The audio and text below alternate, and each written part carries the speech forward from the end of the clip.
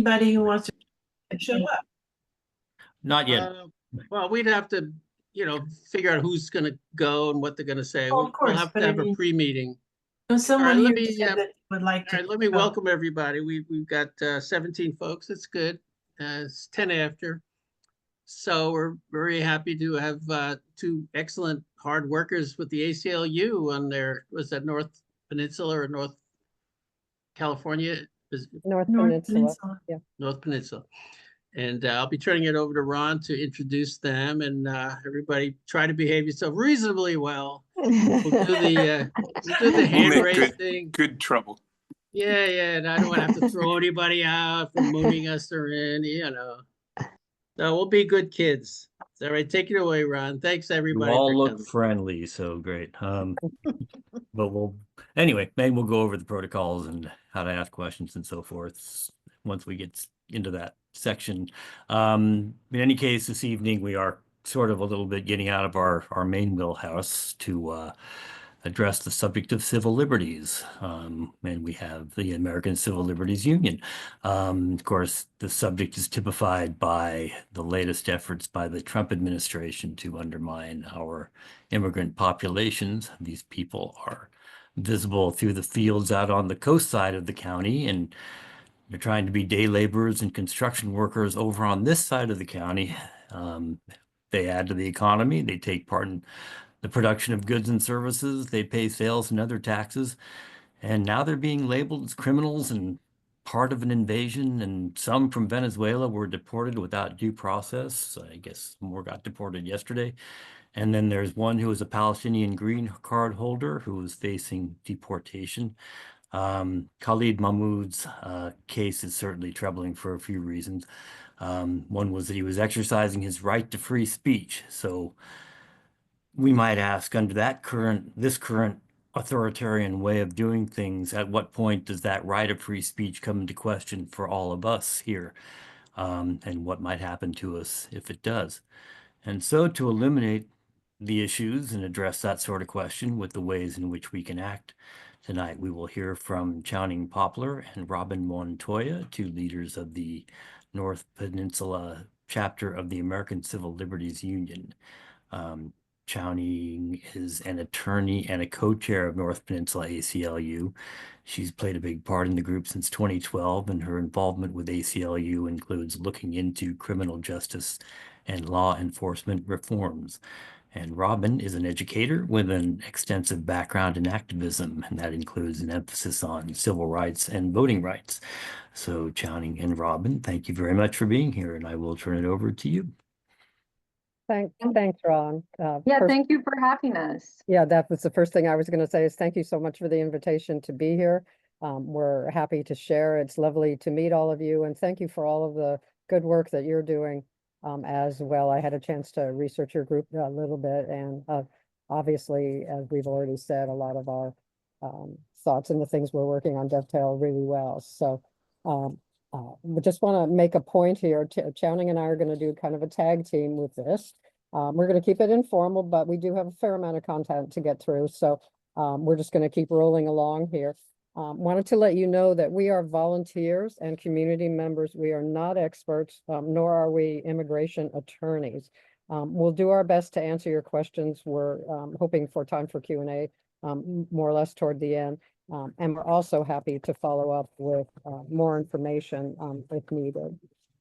The first thing we'd like to do is to, next slide, please, is to begin by acknowledging that the land that on which we gather is occupied, seized, stolen, ancestral, traditional land, the territory of the Ramaytush Ohlone people. Acknowledgement is a simple, powerful way of showing respect and a step toward correcting the stories and practices that erase Indigenous peoples' history and culture toward inviting and honoring the truth. Imagine this practice widely adopted. Imagine cultural venues, classrooms, conference settings, places of worship, sports stadiums, town halls, acknowledging traditional lands. Millions would be exposed, many for the first time, to the names of traditional Indigenous inhabitants of the lands that they are on, knowing our history and hopefully inspiring ongoing awareness and action. Can I just interrupt for 1 second? Someone is saying you're a little too far away from your microphone. They're not getting your audio very clearly. Perhaps Okay, could you let get me a little? speak up. I will speak up a little bit and go a Great. little bit more slowly, Yeah, hopefully. we don't want a to little miss bit better, anything. because I'm really close to my Oh, microphone, so Okay, I will try to speak up. okay, Learning about Indigenous peoples, a reminder that unless we are Indigenous, we are all immigrants. And we can post a link in the chat or afterwards. Ron's going to send around this presentation, so you don't need to try to grab it, but it can be put in the chat to learn more about this particular, the Ramaytush Ohlone people. To begin with, we thought we would just take a little bit, a sense of how folks are feeling. We have a largest group, which is wonderful. So I think if you'd like, why don't you put your thoughts in the chat of sort of, how you're feeling about everything right now. And let's take a few minutes to do that. you have an air sickness bag? A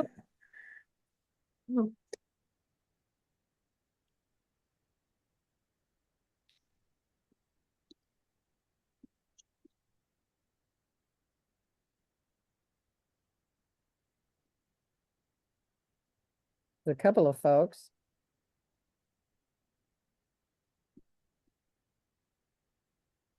Numb, angry, frustrated, generally feeling scared and mourning, anxious, determined, petrified, saddened by the Zionist aggression. Yeah. Well, I can see that we have a mix, and I'm sure all of our feelings do run the gamut. We're hoping through this presentation, what we're going to do is share, please continue putting your feelings if you're so moved. We're going to share background about the ACLU and our chapter, what the ACLU is doing to protect civil rights and liberties, how to protect immigrant rights here in San Mateo County, and ways to take action. And we're hoping toward the end, we can take a look at how we're feeling, and hopefully with sharing information and ways to take action, maybe it will shift a little bit. Maybe, it's a short time, but hopefully. The ACLU was founded, next slide, please. Yes, thank you. The ACLU was founded in 1920. The ACLU is a nonprofit, nonpartisan organization guided by the principles of justice, fairness, equality, and freedom set forth in the Constitution. The ACLU is a federated organization. We are a chapter of the ACLU of Northern California, which is one of 54 affiliates that are part of ACLU National.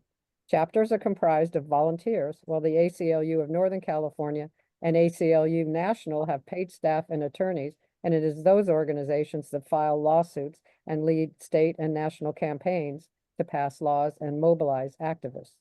Our chapter was founded in 1979. We're a group of dedicated volunteers who seek to protect and advance civil rights and liberties of all people in San Mateo County. I'm going to pass it to Chowning. Thank you, Robin.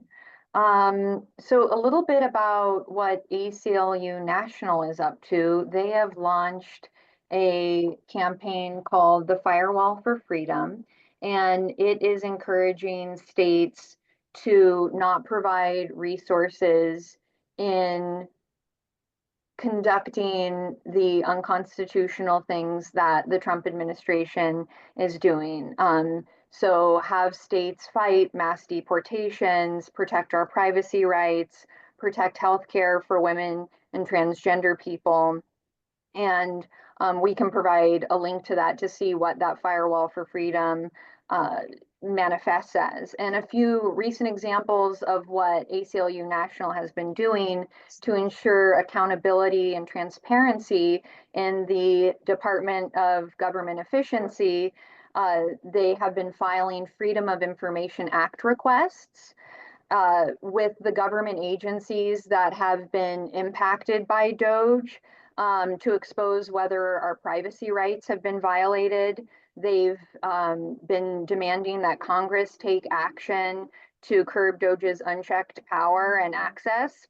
And then they've been mobilizing voters to reach out to House representatives related to the funding freezes, the firings, and invasion of privacy.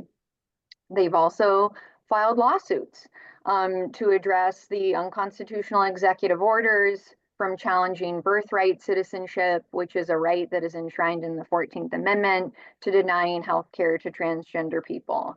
So, and the ACLU is confident that the law is on our side. We have the Constitution. Unfortunately, we're beginning to see open defiance of the law and court orders. There is recourse for that through contempt proceedings. There hasn't been open contempt yet. We'll see what happens. So that's what's going on the national level. Locally here in San Mateo County, our chapter has been taking action on a variety of things. This is a brief summary of what we've been up to in 2022, and currently we've been working on law enforcement accountability, trying to create sheriff oversight through an independent community board as well as an inspector general. That work is ongoing, and we work in collaboration with Fix and San Mateo on that work. In 2023, we were active in working to have unarmed responses when people were experiencing mental health crises. So when they called for assistance, an armed officer wouldn't arrive, and instead a clinician would arrive to de-escalate the situation and help the person. And then in 2024, we were really focused on the election. We had a Get Out the Vote text bank. We also had trainings in schools to teach high school students about the importance of voting. And we did some privacy work working with Half Moon Bay, trying to prevent the use of automated license plate readers, which infringes on people's privacy. Unfortunately, we weren't successful with those efforts, and they did end up putting a camera there. And then we had a group of young people that we were asking, what are the civil liberties issues that you care about in San Mateo County? So that was our Youth Advisory Council. And we also supported the LGBTQ plus community by marching in the Pride Parade. So that's what we've been doing in the past. This year, we're taking things as they come, and doing this sort of community outreach, talking to people, connecting with people. Please say that again, because I was a bit distracted here. I'm trying to turn off the computer because I was trying to connect to a meeting. And, Isvara, could you mute yourself? Volume off, and I have the glasses for looking only up close on, and it's very distracting. So Isvara. Thank you. Okay. Go ahead. Okay. So tonight we thought everyone's motivated to do something, and I saw the feelings that people are feeling, and I think that taking action is a way to combat despair. And so Robin and I wanted to do a brief Know Your Rights about immigration. San Mateo County is an immigrant-rich community, and we know that these policies do not affect all of us equally, but we will all benefit by knowing what our rights are, so we can talk about it amongst others. We can advocate to our representatives about whether we support things that are happening locally or we don't support what's happening at a federal level. And we can also protect our immigrant neighbors as needed. So, and it's all, and it is a frightening time, considering the Trump administration is invoking the Alien Enemies Act from 1789. And the last time this happened was in the 1940s, when Roosevelt issued his executive order, which incarcerated 120,000 Japanese and Japanese American people. Here in San Mateo County, I believe Tanforan was one of the places that people were incarcerated, and they did not have due process of law. So this is, all of this is coming up again, and it's quite terrifying. So before we get into the nuts and bolts of what to look out for and what the rights are, the ACLU of Northern California has filed several lawsuits. And the article on the left is about a lawsuit the ACLU of Northern California filed against the Department of Homeland Security. And that was because they have tried to revoke the temporary protected status of Venezuelan people between April and September of this year. That will affect nearly 500,000 people. And it basically takes away their legal status as well as their work permits, and it places them in acute danger if they're forced to return to a country that's in the midst of an unprecedented economic and political crisis. So the lawsuit is alleging that that was improper, that it violated the Administrative Procedures Act, and that the termination of this protected status is motivated by racial animus. The other lawsuit, which is summarized on the right, is a lawsuit that was brought against Border Patrol for, frankly, terrorizing people in Bakersfield and Kern County and detaining, arresting laborers and farm workers regardless of their immigration status. And so those two lawsuits are ongoing. And I will now pass it to Robin to talk about some recent news, which I'm sure quite a few of you are familiar with. Yes, I think you probably are familiar with, but individual families like ACLU clients are being sent to Panama without any screening for asylum, and despite not having any connection with Panama, says a lawyer with the ACLU. In recent weeks, the U.S. has deported some 300 people to Panama, including people from Afghanistan, China, India, Iran, Nepal, Pakistan, Sri Lanka, Turkey, Uzbekistan, and Vietnam. These flights are part of the Trump administration's effort to sidestep the fact that some countries refuse deportation flights due to strained diplomatic relations or for other reasons. So it's a complicated issue. The arrangement with Panama allows the U.S. to deport these nationalities and makes it Panama's responsibility to organize their repatriation. But the process, which in this case includes an interim stop at a hotel in Panama City, where the group was detained by armed guards, excuse me, have been widely criticized by human rights groups who worry people could be mistreated and who fear for their safety if they were ultimately to be returned to their country of origin. The Trump administration, over its unprecedented attempt to strip hundreds of thousands of migrants of lawful immigration status. The plaintiffs are represented by ACLU, NorCal, and SoCal, the National Day Labor Organizing Network, and the Center for Immigration Law and Policy at UCLA Law. The suit accuses the Department of Homeland Security Secretary Kristi Noem of illegally revoking a 19-month extension of TPS for Venezuelans that the Biden administration granted in January. It means that 350,000 Venezuelans will lose their status on April 7th and another 250,000 in September, rather than retaining their protections through late 2026. This was the original thing. This illegal termination not only robs over 500,000 people of legal status and work permits, it also will place them in acute danger if they're forced to return to a country in the midst of an unprecedented and economic political crisis. The lawsuits argues that DHS violated the Administrative Procedure Act and that the termination is motivated by racial animus in violation of the Fifth Amendment.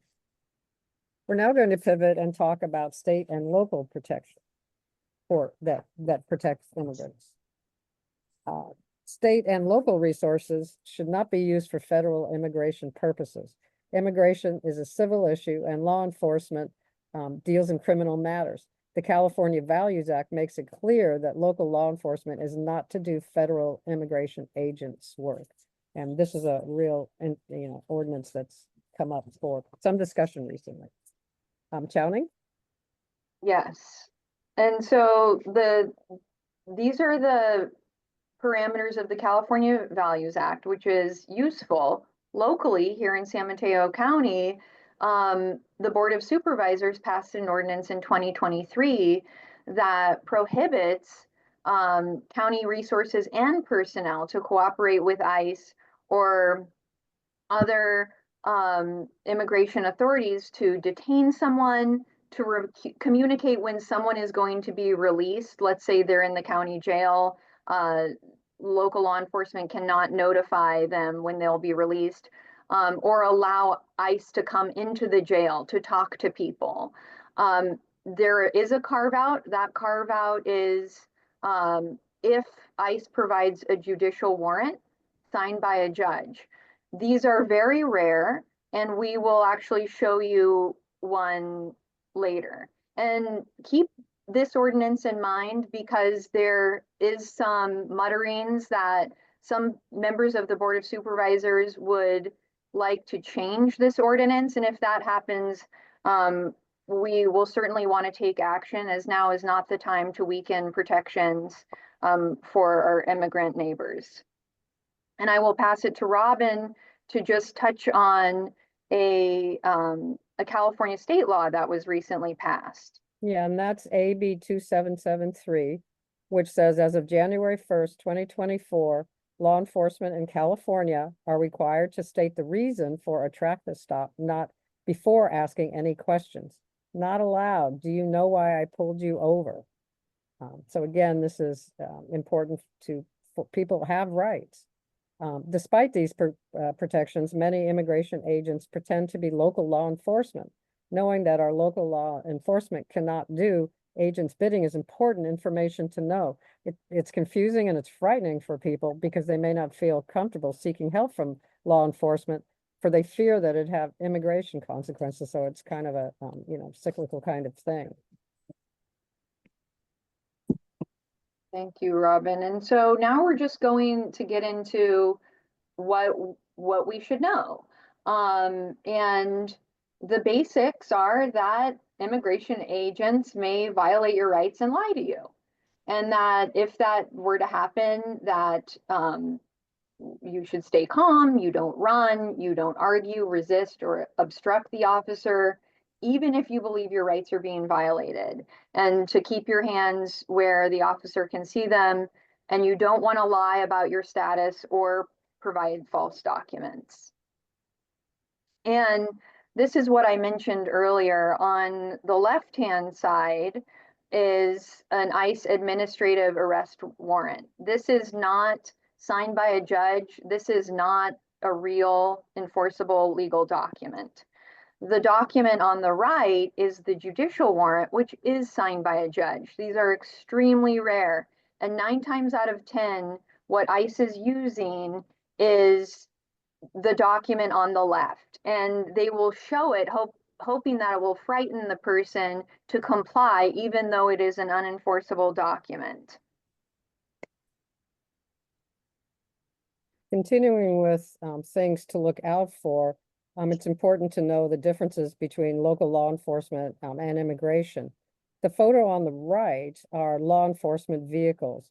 According to the directors of the Rapid Response Networks of Santa Clara and San Mateo counties, the vehicles that ICE are using locally are unmarked. The only identifier is that they're American made and the license plate is federal, not a California plate. The most obvious identifier that it's ICE is their badges. They look like the badge on the left, whereas all state and local law enforcement badges are shaped like stars. I often wonder if you're, getting pulled over, these are important things to know. It's in the moment too, but it's important to be, armed with this information about what to look for to make sure that the people are legit people. And then with key points, prepare your family and friends. Assert your right to remain silent. Ask if you are free to leave. Refuse to sign anything until you speak with a lawyer. Immigrant families can prepare for an encounter with immigration authorities by thinking about some of these key points ahead of time. Put ILRC family preparedness plan, in the chat, yes, thank you. The toolkit goes into detail about different childcare options available in case of an absent parent, where to find trusted immigration services in your community, and how to prepare to assert your constitutional rights in the presence of an immigration officer. Chowning? Thank you. And just some more key points of if you're at home, you shouldn't open the door, review the warrant, not by opening the door, but either through the window, looking through a peephole, or if you have a Ring camera, have the person put the warrant under the door. If it's not valid, which most of the time it won't be, don't do anything and just wait for them to leave. If it is valid, proceed with caution if it's signed by a judge. But if the ICE agents force their way in, don't resist.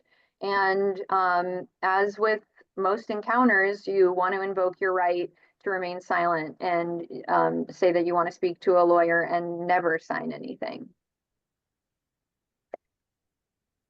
And then on the street, you want to stay calm. You don't want to run. ICE can use that as a reason to arrest you. You do not have to answer questions about where you were born, whether you are a U.S. citizen, or how you entered the country. You have the right to remain silent or tell the agent that you'll only answer questions in the presence of an attorney, no matter your citizenship or immigration status. Ask things like, am I free to go? Say, I do not consent to a search. A limited exception does exist for people who do have permission to be in the U.S. for a special reason, and usually for a limited amount of time, a non-immigrant on a visa, for example, work or spousal visas. You have to provide information about your immigration status if asked. While you can still choose to remain silent or decline a request to produce your documents, people in this category should be aware that they could face arrest consequences. If you want to know whether you fall into this category, you should consult an attorney. Thanks, Robin. And then in the car, general advice, if you're pulled over by someone, but keep in mind these ICE agents oftentimes are pretending to be law enforcement, which is where the AB 2773 comes in, because any California law enforcement cannot ask you, do you know why I pulled you over? So if this unmarked car is pulling you over and they ask that question, this is another indicator. This is not actually law enforcement, this is ICE. But regardless, pull over, turn off the engine, turn on your internal light, open the window, place your hands on the wheel, if asked, provide your driver's license, registration, and proof of insurance. And again, invoke your right to remain silent and that you want to speak to a lawyer. And then at work, ask, am I free to go? Again, say, I want to invoke my right to remain silent. I want to speak to a lawyer. Do not sign anything without speaking to a lawyer. Form I-9 audit versus ICE raid. National Immigration Law Center, a guide for employers. And I think that's the link to that's going to be put in. Thank you. Thank you. Chowning? Yes. And so if all of these efforts fail and you do end up being detained, again, you'll want to remain silent. You'll ask for a lawyer. You don't need to give any explanations or excuses. Don't sign anything. Don't make any decisions. You have a right to contact your consulate or have an officer inform the consulate of your detention. And you remember your immigration number and give it to your family. And family members can locate you at this website. And you'll want to also give your immigration documents to someone you trust in the event you are detained, so they have access to it. And then for those of us that perhaps are witnessing an event like this, you do have a right to record ICE activity as long as you're not interfering with it. If you don't feel comfortable recording, you can write down as much information as possible and report immigration activity to your local rapid response hotline. It's really important to remember that bystanders have a role here as well.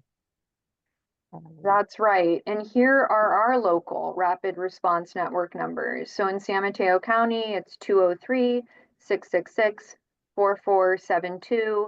And we've also included information about our neighboring counties in Santa Clara and San Francisco. And those neighboring counties also have websites.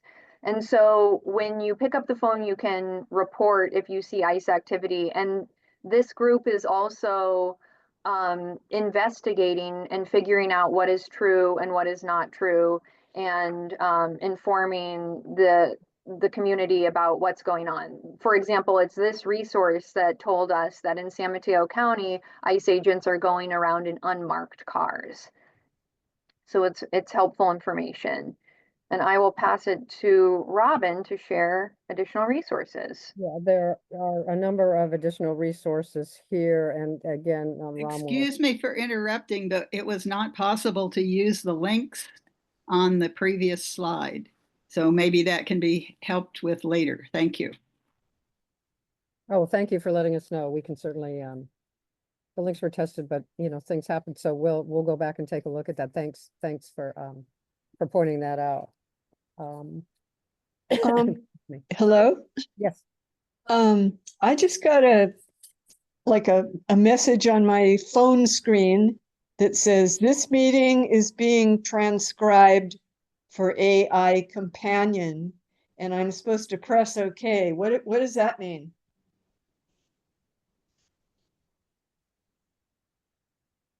Does somebody who set up the meeting want to answer that? I would say don't hit OK, because it means that someone is going to be looking at it for research purposes or Yeah, whatever. we all Yeah. got it. I always We're click OK. we're recording this meeting, and so Zoom has decided to display that message. But it's an AI thing, so I would ignore it. Yeah. If you It's can't- blocking what I can see on the screen, but I'm not going to press OK.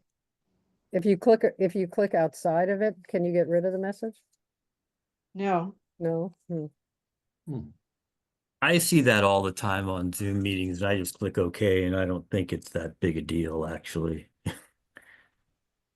Yeah, I just clicked the thing that says AI companion, and I don't know if that's what you're looking at, but you just could exit out. It's Okay. telling you we may use it, but we're not going to. The OK is far over to the right, by the way. No, there's an OK right in the black box that has the message in it. Yes.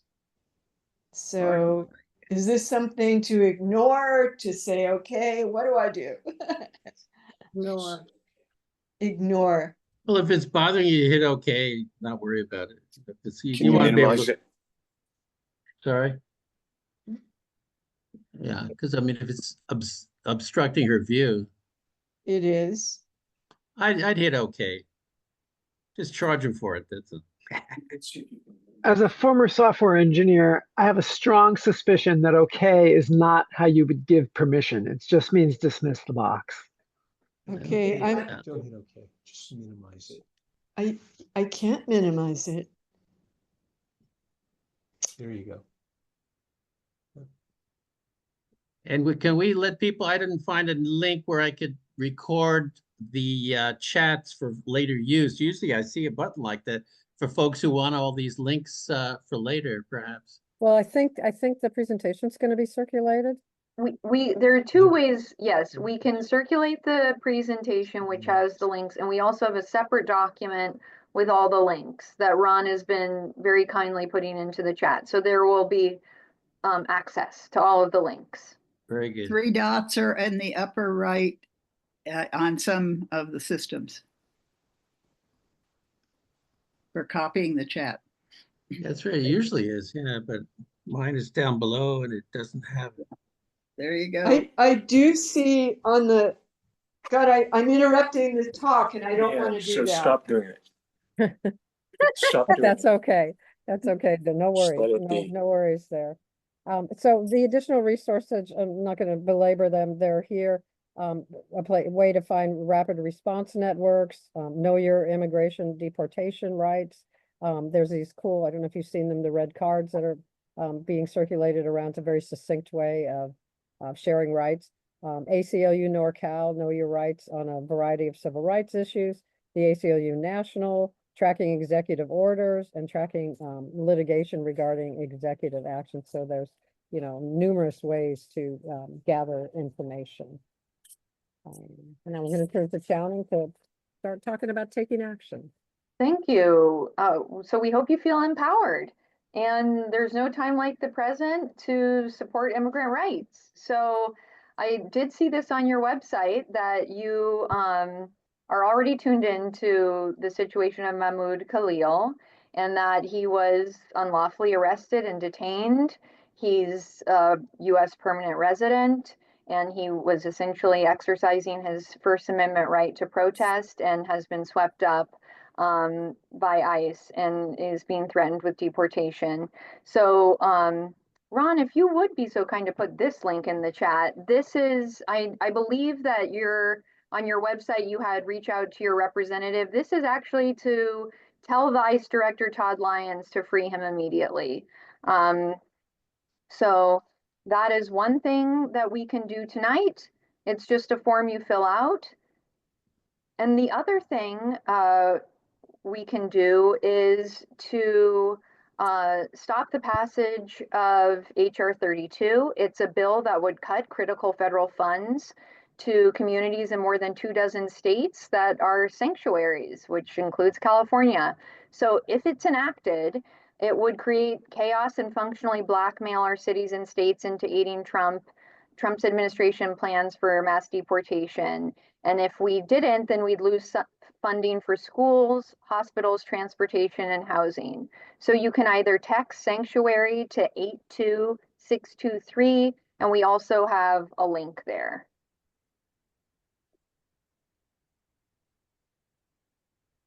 And I will pass it to Robin.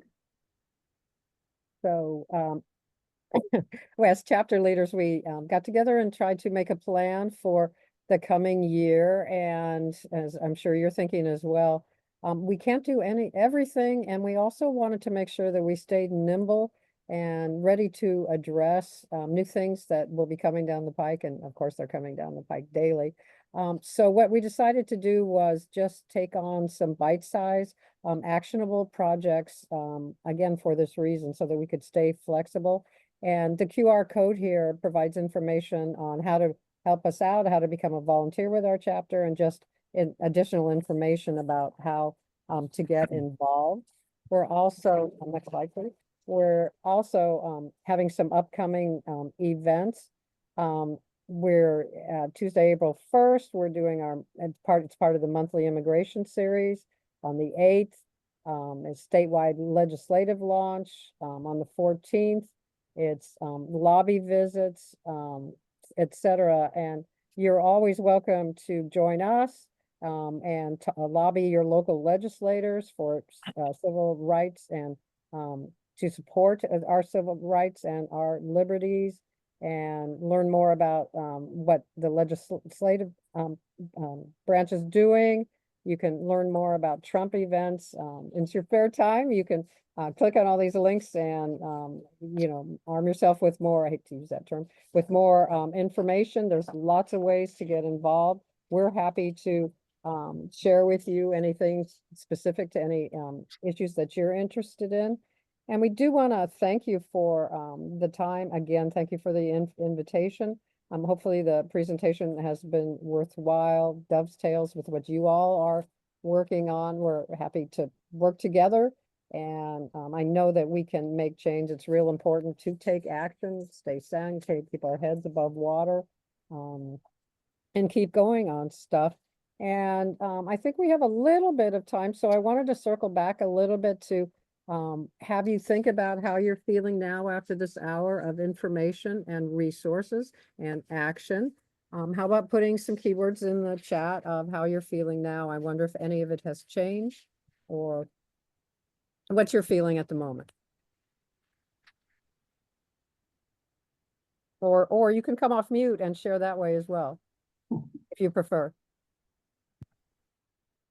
Do people feel overwhelmed? Is there too much? Or do you feel like you have more armed with information on taking concrete actions, or your plate with your organization is already full, or what are some thoughts? Well, we certainly admire all the efforts you've been making as volunteers. That's a very, very impressive. I appreciate everything you've been doing. Lisa, you have a question or a comment? Yeah, just oh wow. Just that I really wasn't aware. Oh my gosh. There are two phones on in this room. I just wasn't aware that there were like ICE agents circulating in the San Mateo County and unmarked cars. It's just kind of an eye opener for me. Yeah, that's a relatively new thing we thought we would add because we felt it was so super important for That's people to be right. aware. And we didn't know either, and except there's a group called the San Mateo County Coalition for Immigrant Rights. And I think they've been in communication with the rapid response networks. And so they gave us that updated information in the last week about what's being seen right here in the county. Somebody, Binky, put a clarification about Khalil in the chat, that it's Yeah. not technically illegal. Yeah, I don't want to get into nitpicking, but I think it's important to state that between illegal actions and actions that might be contested in court, Isn't revoking his green card illegal? no, it's not. The provision under the Immigration and Nationality Act gives the Secretary of State Oh, yes, the Secretary Authority. of State, yeah. to declare someone essentially a threat to the foreign policy of the United States. So he has the authority. It's not illegal for him to do, not illegal to revoke a green card. Now, whether there are constitutional issues that could be, such that you could challenge this in court for Mahmoud in particular, that's to be determined. But I think it's just important not to say that what was done was illegal. I think that just to clarify, for him to be detained while this is being determined is illegal.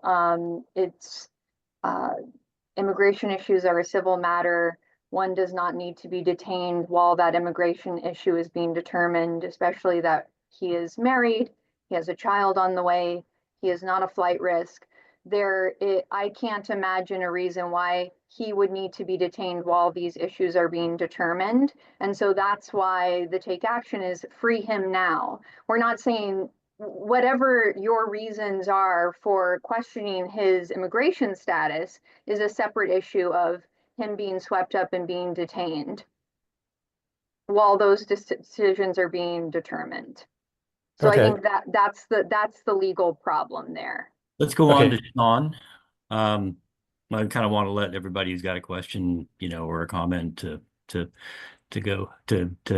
what they have to say. Couldn't Sean? make that distinction because many people are unclear. Pinky, sorry. We're gonna move on to Yeah, we'll be John, back who's to you. got his We'll hand come back. raised. Yeah. Hi. Yeah, I'm staying off video because I have a really bad internet connection right now. So thank you for a very informative presentation. I had one question. Let's say ICE detains somebody and you're recommending they ask to speak to a lawyer. And let's say the ICE agent says, okay, have at it, speak to a lawyer, and gives him his phone. Who is that person supposed to call? I mean, are they prepared? Are they supposed to have a lawyer prepared, like a contingency prepared that this would be my lawyer that I would call? It's a really great question. And because now we're back to this civil versus criminal matter. So if you are criminally detained, you have a constitutional right to a lawyer. But this again is a civil matter, and so there is no constitutional right to a lawyer to be assigned. So I'm not an immigration lawyer. I don't know what the protocol would be, but if I were afraid of this, I would have a lawyer on speed dial prepared to call them. And that won't be provided for free, by the way. So it's a real quandary for people. Could be part of the plan that we alluded to ahead of time, unfortunately, to have that lawyer handy. All right, Teresa. Yeah, I wanted to address a little bit the question that was just asked, and how in this county of San Francisco we've been doing a lot of know your right trainings, but then also ally preparation for rapid response. And on your, if any of you have those red cards, that's one thing, but on something called a yellow card, there's the rapid response, and it's a little bit different. And I believe the phone numbers are that have been put in the chat. But one of those things is for people, if you see what a suspected ICE action happening before your eyes, or in your house, or in your workplace, or in your car, or something, if you've been stopped. Some of the steps that are required, one of the steps that is recommended to be done is to call the rapid response hotline, and they actually have immigration lawyers or legal system kind of like at the ready to address it, to like go to wherever this person is being taken, so that at least the person, even if they have not arranged for themselves, the person who's being taken to themselves, to have as like in their back pocket an immigration lawyer who might have been helping them prepare their asylum claims or things like that. Many people now who are so very attuned to all the civil rights threats have started to have those, those preparatory things, a family plan, some contact with some kind of immigration lawyers. But if they don't, whoever responds to the rapid response network, calling into them will actually put into one of the steps of the rapid response network is to try and get an immigration lawyer to wherever that person is being held, so that they would have access to a lawyer, even if they have not arranged that already. Okay, thanks, Teresa. That's very helpful. Where is that number? Is that in the slide deck? I thought I heard Check the chat, John. yeah, in the chat say we're going to put up the rapid response hotline. And Anna Loy is actually putting up one right now. I have the numbers for San Francisco County. Oh, and this it actually has numbers for Alameda County and all that. I'm more familiar with what goes on in San Francisco County, where also there have been ICE people going to, in the case of San Francisco, it's mostly to places of work, which have mostly been for the people who clean the office buildings at night and those big, yeah. Cheryl? Oh, this is a question for Robin or Chowdhury. What role, if any, would a bail bond agent have? None. Chowning, go ahead. So Cheryl, they wouldn't have any because that's reserved for criminal matters.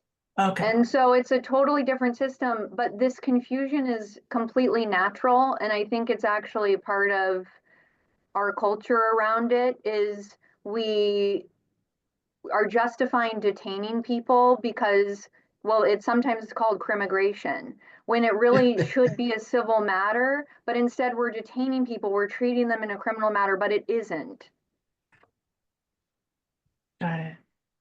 Thank you. Any thoughts about taking out your phone and taking a video if you see an ICE agent apprehending somebody, you're attempting to apprehend somebody? Yeah. You can do that as long as you're not interfering with that interaction. So if someone tells you like you're interfering, then you should probably stop. And if that happens, call that rapid response number and just report what you're seeing. But otherwise, you have the right to do it. You absolutely do. My understanding from prior, rapid response trainings that I've gone through is if you do, a citizen does have the right to film a police interaction, not interfere, but if they say stop it, you, the citizen, can say, I have the right to film, not to get so close that you're like interfering with them putting handcuffs on or something, but to film the interaction. And you can say, I do have the right to film this interaction. And be prepared that sometimes many law enforcement will go beyond what is their scope of power and maybe like whack something out of your hand or something too. They have often gone out of gotten in front of what they're actually allowed to do. But you have the right to film. Okay, thanks. And the steps are, if you see something, like one of the first thing is you call the phone number and you give, the location, what you see, specifically what you see, try and say something about what the what body of police or something that it seems to be there. And then I'll give all that information, and from there the rapid response people send legal observers over to the spot and also try and get a lawyer over to the spot too. But your role is to like give as much detail as you can over the phone of the rapid response network, and also film if you can. Thanks, Teresa. Let's go on to Jeannie. I just wanted to know, because I have a friend who is Nicaraguan and is not a citizen, but has a green card. I had heard that there was something about deporting lots of people from Nicaragua. Do you know anything about that? I personally don't. Not specifically Nicaragua, no. They're losing their TPS status as Nicaraguans. Temporary protective status. It's one of the 4 groups that is losing, including Venezuelans, Cubans. What it is there's another country. I'll think of it later maybe. But Trump has said he's not going to renew their TPS status. For those who have TPS status, they might, there are other people who have asylum status, or maybe they're gay or something and they've gotten asylum status for conditions in their country because of that. But if they have temporary protective status, there were countries that did not get it written. I think it's renewed every 18 months. Okay. Anna Loy? Okay, I just wanted to say on the recording thing and the training that I took through Santa Clara County, they actually like to have 2 observers on the scene if possible. I mean, if you're part of the rapid response team, they send out 2 people. So they have 2 people actually. One is kind of closer to the action and the other one's further back as an observer, but they're both recording. So there's sort of a backup in the information through having 2 people there. Any comments, Robin or Chowning, on that, or anything else? I've appreciated all the information from Yeah, this group, and I me think it too. just goes to show how collectively, we have a lot to share. Yeah, for sure. I second that. Okay. I will say that if you want to save the chat, you can go to the top of the chat, the first comment, and it'll say North Peninsula ACLU. If you click on the 3 dots in the top right, the very top right corner of the chat, you'll see a little thing that says save chat. And if you click it, it will be saved in your computer. So you can catch all those links, although we are looking at sending them out in an upcoming blast, and we might even include it with this video when we put it up on our website, which is, if you didn't know, sanmatopeaceaction.org. So where is it saved, Ron? You say it's saved in your It's computer. saved in your computer. You'll have a file with the, it should say Zoom. Okay. Yeah. Hannah, your hand still up or is it? Oh, no, sorry. Oh, Sorry. okay. The Okay. saved things to the chat are often show up just sort of on your whatever you call it.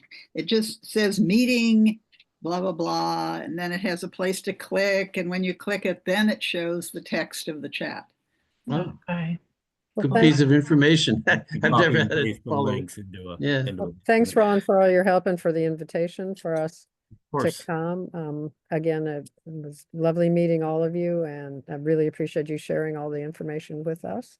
And you know where to find us, ACLU and North Peninsula. And I'm sure we'll see each other out. Thank on the you. lines. Thank you Thank very you. much. Thank you. But we have a couple folks want to say a few words. I see Teresa and then but there was another hand up. If Robin or Chowning have time to hang